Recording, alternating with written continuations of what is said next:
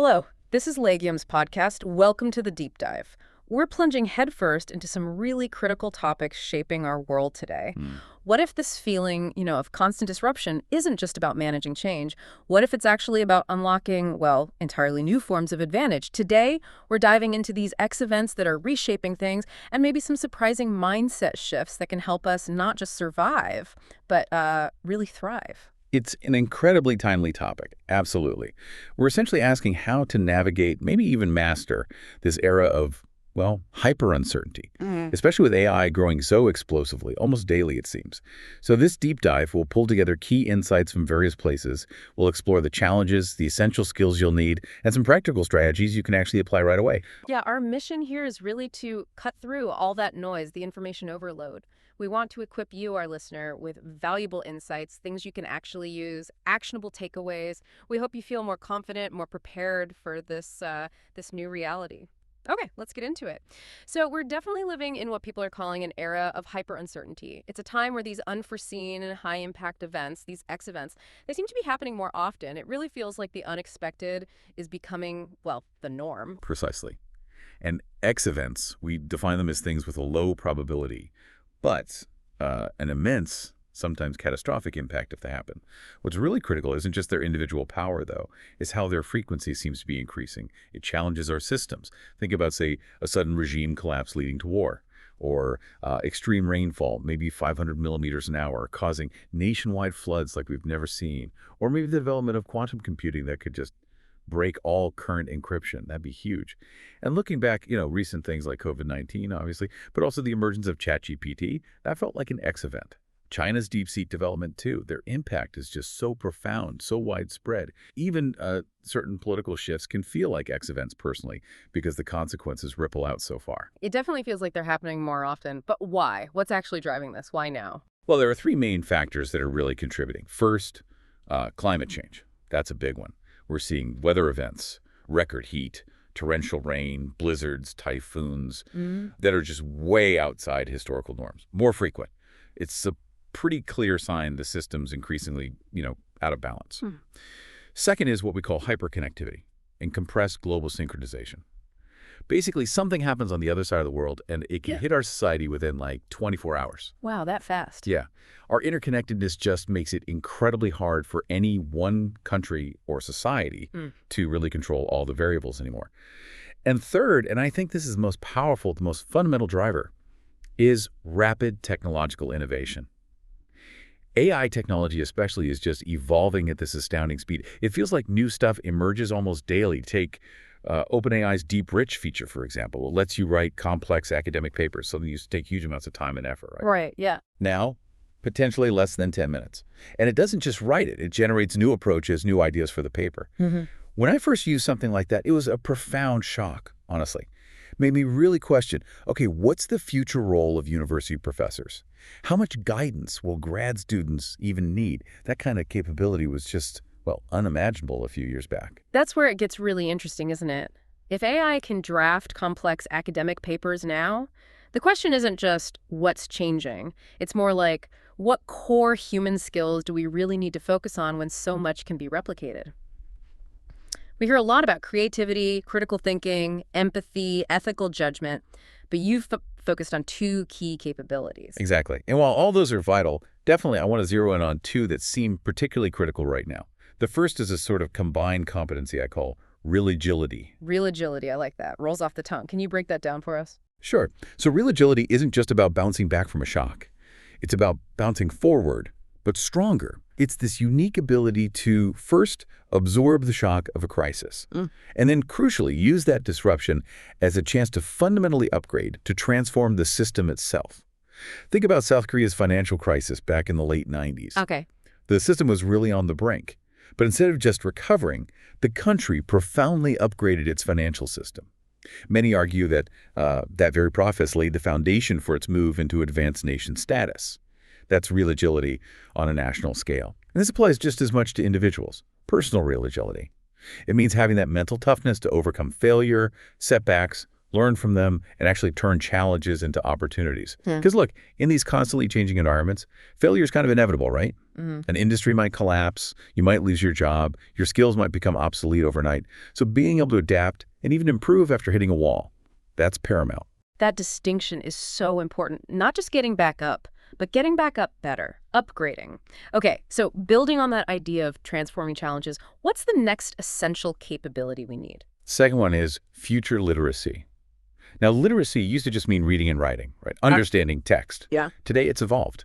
It includes evaluating massive amounts of digital information without bias, using it creatively, responding quickly to tech changes. But future literacy, that goes even further. It's not just passively understanding change. It's about actively predicting changes that don't even exist yet. It's about leading change, imagining completely new possibilities. It means exploring diverse future scenarios so you can make the best choices you can, even when things are really uncertain. Take Royal Dutch Shell, for example. Way back in the 1960s, they started using future literacy, specifically scenario planning, to manage risk. In the early 70s, their team predicted a sharp rise in oil prices because of Middle East politics. A potential future. Ahead of the curve. Exactly. So based on that scenario, they made strategic moves, cut back capital investments, increased their crude oil reserves. Then boom, the oil crisis hits years later. Shell was ready. They responded faster, more effectively than competitors, jumped from fifth to second in the industry. They turned a potential crisis into a massive opportunity through foresight. Another really compelling example, Elon Musk. His big bets, electric vehicles, space exploration, Neuralink, connecting brains to computers. Right, things people called crazy. Totally. People called his plans crazy just 5 or 6 years ago. But his success comes from this strategy of predicting and preparing for long-term change, not just chasing short-term profit. That's future literacy in action. It shows how looking ahead drives real innovation. So how do you cultivate this? Well, self-directed learning is absolutely crucial. It means you actively seek out information, you evaluate it critically, you acquire new knowledge, you keep learning as things change. My old professor, the futurist Jim Dowdecor, he used to say, engage, learn, participate, act humbly, and learn endlessly. That really sums it up. Those competencies, agility and future literacy, they feel really powerful, foundational. But let's get practical. How do we actually use AI effectively in our daily lives, in our work? Because the pace is just dizzying, right? ChatGPT, Grok, Claude, Gemini, DeepSeek, all these new image tools popping up. It's easy to feel, I don't know, a mix of excitement and maybe some anxiety too. Oh, absolutely. That's a very common feeling, and for good reason. To help navigate this, I think the work of Ethan Mollick is really valuable. He's a professor at Wharton, a leading figure in AI applications. He's not an AI developer himself, but an expert in actually using it. His book, Dual Brain, it's getting global acclaim because it offers these sort of timeless principles that hold up no matter how fast the tech changes. Okay, so Mollick's approach gives us something solid, universal principles, regardless of the latest update. Let's hear them. What are his 4 absolute principles? Absolutely. They're really foundational. Principle number 1. Always invite AI to work. Now, this isn't just about using it often. It's about involving AI in basically every task, unless there's a clear ethical reason or legal barrier not to. As you experiment, yeah, you'll find it helpful sometimes, frustrating other times, maybe useless, maybe even anxiety-inducing. Right. But the real benefit is understanding its capabilities and limits firsthand. That reduces the fear factor. And ultimately, by doing this constantly, in your specific context, you become the world's leading expert on how AI works for your job. Nobody else knows that like you do. This regular collaboration, it tends to foster a positive, kind of growth-oriented mindset towards the tech. But, and this is a crucial warning, there's a real risk of AI dependency. Where you become sort of subservient to it, can't make decisions without it, like plus is your own brain. We have to avoid that. Which leads right into principle number 2. Humans must continuously intervene in key processes. You have to remember, AI knows nothing. It's just predicting the next word based on patterns. It can't tell truth from falsehood. And AI is designed to satisfy the user, sometimes even if that means sacrificing accuracy. This leads to hallucinations. Where it just makes things up. Exactly. Cites non-existent papers, fabricates facts that sound plausible. So your critical role as the human is to verify, to apply critical thinking, to assert your unique perspective, your ethical judgment. This principle is absolutely vital for preventing that AI dependency we just talked about. You stay in control. Third principle, treat AI like a person and tell AI what kind of person it is. Okay, AI can seem perfect, right? Fast, super capable. But Moloch suggests thinking of it more like a very skilled assistant, or maybe an eager intern, someone who wants to please you but might sometimes bend the truth to do it. Interesting framing. It helps you maintain that critical distance, that ethical awareness. And what's fascinating is that research and practical experience, too, shows that giving AI a specific persona and identity, it actually improves the quality of its responses. Yeah. Moloch himself, when writing his book manuscript, he used 3 AI personas. One was like a critical editor giving tough feedback. Another was a creative arts professor looking for unusual connections. And a third was like a typical reader of popular business books, checking for clarity and appeal. That's a great tip. It's a powerful, universally useful technique you can try right now. And finally, the 4th principle. Consider today's AI the worst AI you'll ever use. Okay, that makes intuitive sense. It does, right. It's a shared understanding among people in the field. This mindset helps you accept its current flaws as temporary, embrace future developments with an open mind, and help you stay competitive because the landscape is changing so fast. Any discomfort or clunkiness you feel using AI now, that's just the very beginning. It's the start of a whole new way of living and working. The AI revolution is really just getting started. Embracing this dual brain approach, your mind working with AI, is just essential. Speaking of the revolution, let's zoom out a bit. Broader societal impacts. Starting with the big one, jobs. Everyone's worried about jobs. What are we actually seeing there? And honestly, yeah, sometimes my newsfeed feels like just a stream of X events lately. Yeah. It's enough to make you want to hide under the covers. It really can feel overwhelming sometimes. Yeah. And yes, jobs. We are seeing a significant impact globally. Trends are becoming visible. For instance, I read about a large department store in Cheongju, South Korea, that recently hired a cleaning robot as an intern. An intern? Seriously? Yes. Treating it like an employee within their HR system, with the idea that if it meets expectations, it could get a permanent role and the salary. It goes to the robot's manufacturer. That's pretty direct job replacement right there. And remember, South Korea already has the highest robot density in manufacturing globally. Now it's clearly spreading to services. Also, the U.S. Department of Labor just released its first stats on AI's impact on employment. It's becoming official data. An Oxford economics analysis suggests AI contributed to about a 2% higher unemployment rate for U.S. college grads over the last couple of years. Wow. So job replacement is becoming a visible phenomenon. It's not just theory anymore.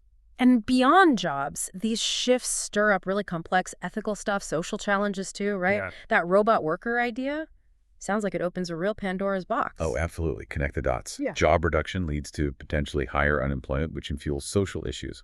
Think about it. If you have a society where fewer people have jobs and purchasing power, even if AI and robots make amazing products, who buys them? That's a huge challenge.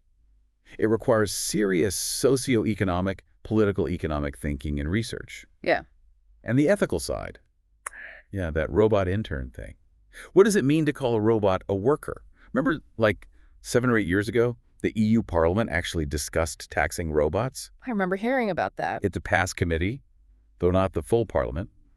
But you can bet those kinds of debates are coming back, and stronger. It forces us to ask really fundamental questions. What defines a person? What defines a working employee? How do concepts like labor rights, worker protection, how do they apply to robots? And if you apply them differently to robots versus humans, does that imply discrimination against humans? Heavy stuff. It is. And these aren't just abstract philosophy questions anymore. They are practical, real-life issues we need to tackle urgently as AI gets woven into everything. Okay, this definitely sounds like it needs more than just individual adaptation. It requires a national strategy, doesn't it? What's happening on that front? Indeed, it does. And some countries are moving on this. South Korea, for example, their government recently announced a vision to become one of the top 3 AI powers globally. And a key policy shift, something quite interesting, is they're appointing top AI experts directly into senior government roles. Chief AI officer, even minister-level positions. That seems smart. Get the expertise inside. Exactly. It's significant because it involves the people who know AI best directly in policymaking, execution, feedback. It should foster much better communication, knowledge transfer between government and the AI community. A core strategy emerging there and elsewhere is this idea of sovereign AI.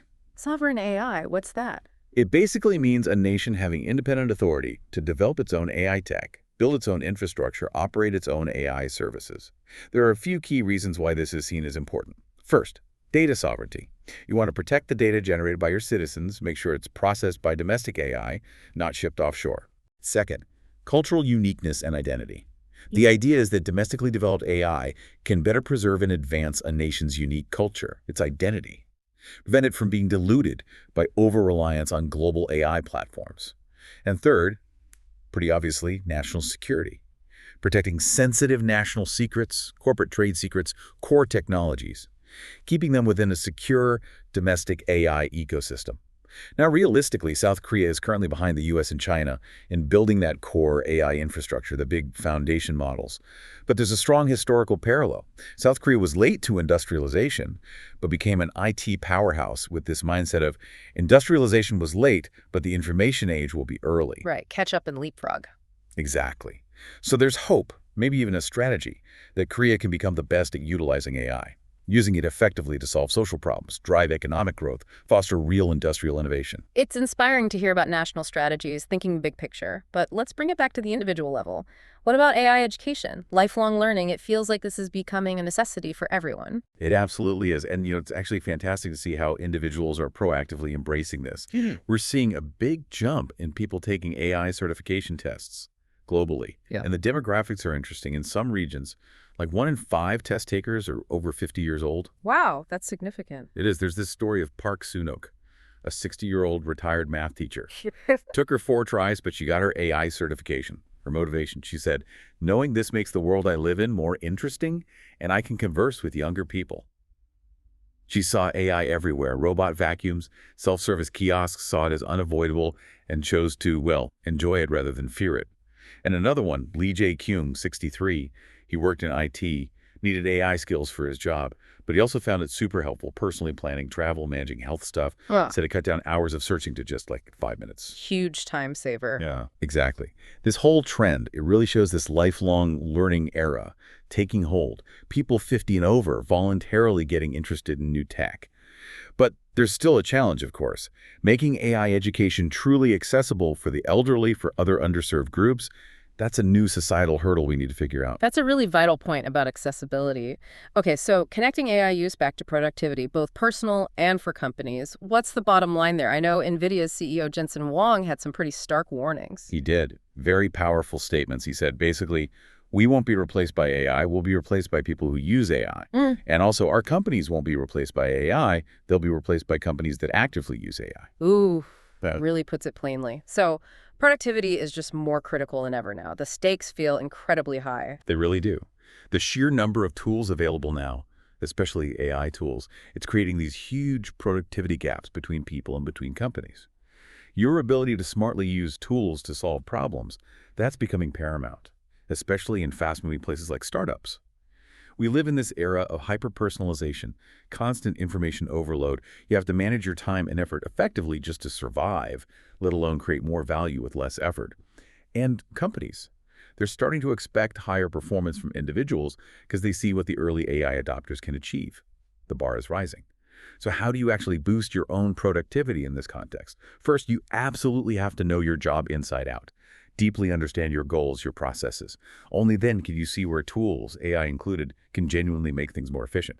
Second, when you talk about your work, make it a point to highlight AI's contribution. Be clear. AI helped with this part. I handled this part directly. Showing good judgment and using it. Exactly. It shows you're leveraging it thoughtfully. Think about a product manager, for instance.